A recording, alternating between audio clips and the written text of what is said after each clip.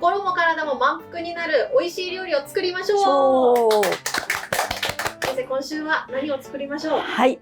ムーチーという餅なんですけれども、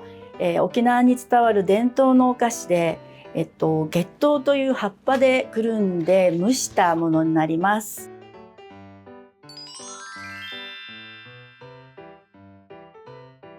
餅に使う餅粉というのをね、沖縄では使うんですけれども、手に入りにくいという事情がございますので、白玉粉を使って作っていきたいと思います。で、白玉粉に黒砂糖ですね。とっても体によくってミネラルがたくさんね入っているので、ぜひ皆さん馴染んでいただきたいなと思って、今日ね大事なご紹介の一つです。